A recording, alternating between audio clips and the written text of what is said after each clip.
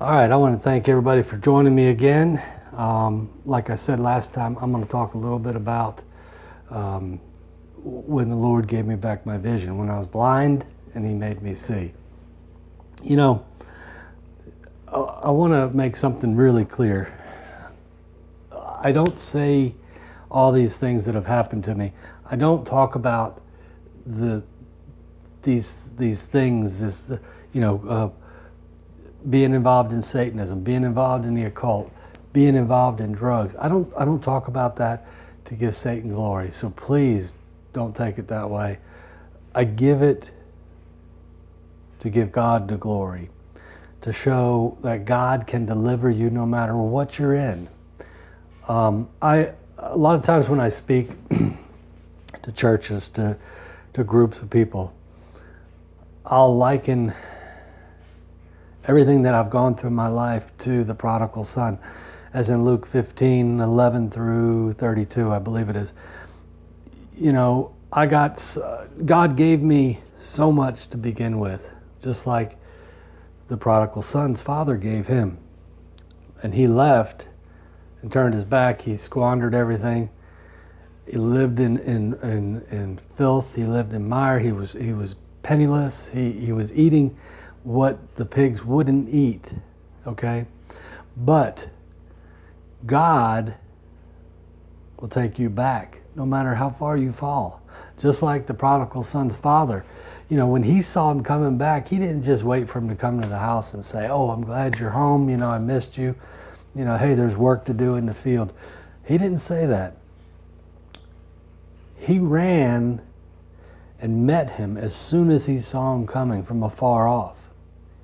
He didn't wait for him to get to him, just the same way God did. If you remember back in the video when I talked about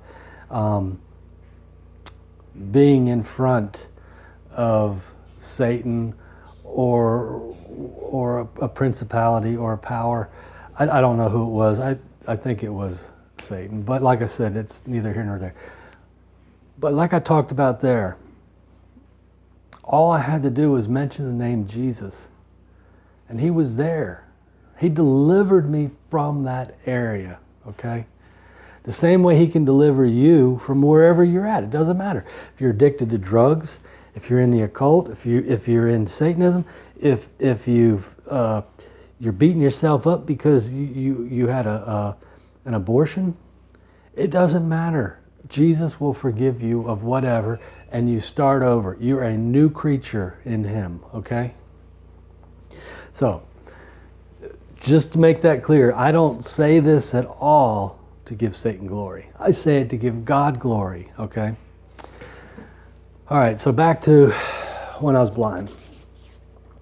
I was in my mid-20s, and I bought a farm.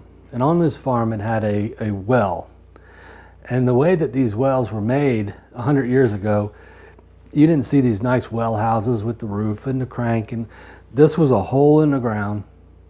And the farmer used it to either pump up water or pull water up from it to feed his cows, his livestock. So this was a hole in the ground next to a barn that I had. And there was a barn here.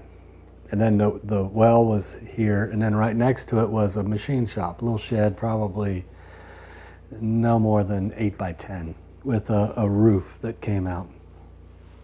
Well, the well was about 60 feet deep. And along the edge of this well were granite, they're border, and these pieces of granite were probably 18 inches square, huge granite around this well. And I'm telling you this to let you know what kind of explosion really happened. Okay, so we had this well. Now, off from us, behind us, probably a half a mile away or so, it was a quarry, and they were blasting all the time. You'd hear them blasting. Well, across the street from us was an old-fashioned store. You know, the kind of store that got these big plate glass windows. These windows had to be 10 feet long and 6 feet high. Huge windows.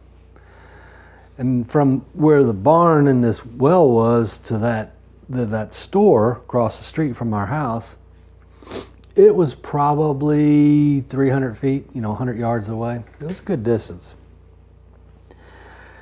So anyway, I decided I'm going to fill this well up. Well, in the machine shop was all old scrap iron that they had cut up and used to fix machinery, splice in pieces. And it was full. So I decided, well, I'll start filling the well up with this. So I'm filling the well up, and I filled it up probably 10 feet, 12 feet. And I was standing there, and I was smoking at the time. And I was really battling with that. Cigarettes was really battle for me. Well, standing over this thing, and I threw, I finished my cigarette. I was resting, standing there. I threw the cigarette. As soon as I did, you could see it going down, and it hit the edge and a spark, All I remember was I saw this fireball at the bottom just erupt. And when it did, I had long hair. I had hair down about here. It just pulled all my hair around me, and it was like a vacuum just went, and you heard, and then next thing I know, I was gone. Okay, this well exploded in my face.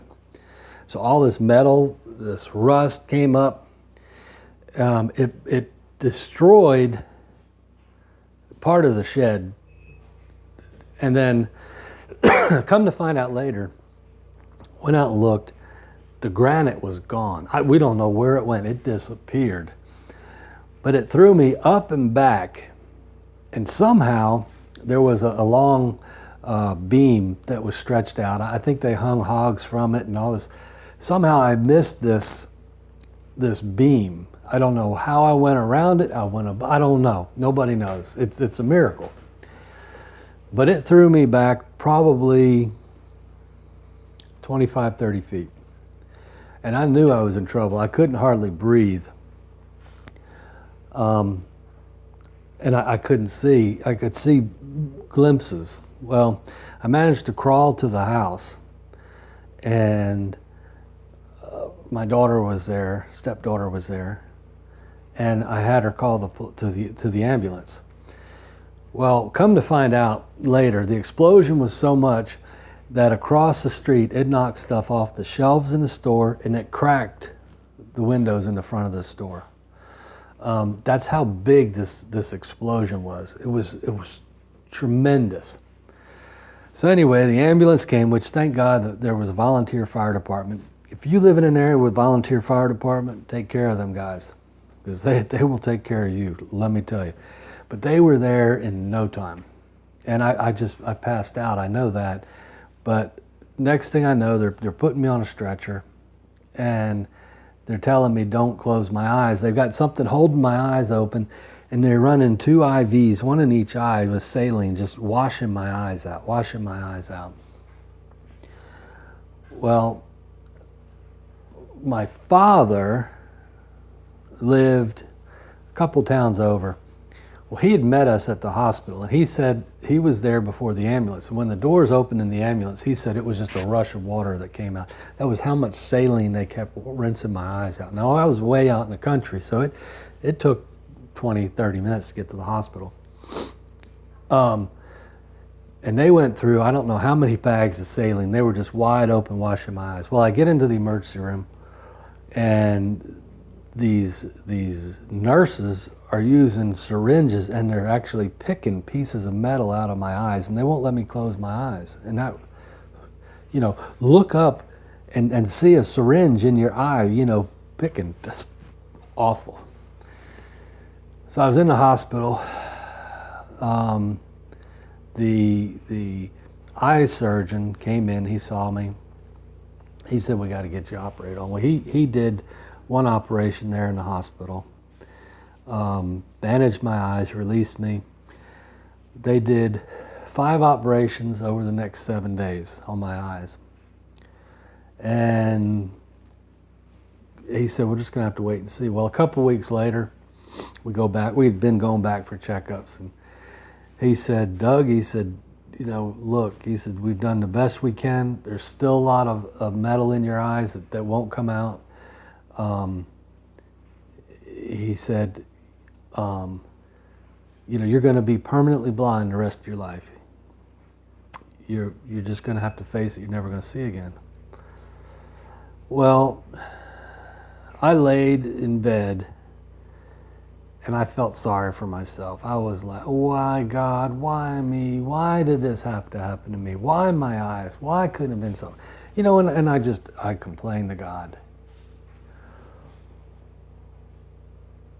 Well, God has a way of dealing with people, putting you on your back, let me tell you.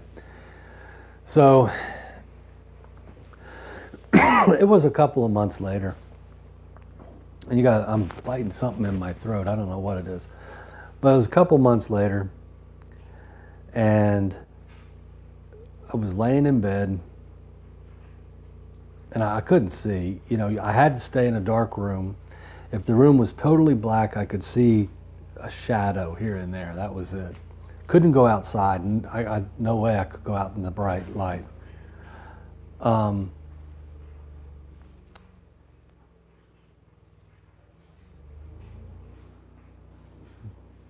We're losing some power here.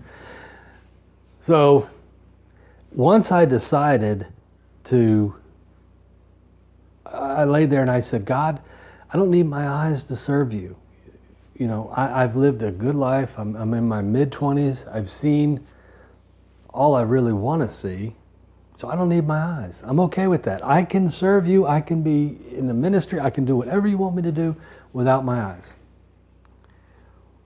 Well, the minute I said that, I felt a peace. It was over me. It was just like I knew everything was going to be okay. And this was in 3-4 months, after the explosion happened. It wasn't 30 days, I would guess. Maybe 3. It was 3 to 5 weeks.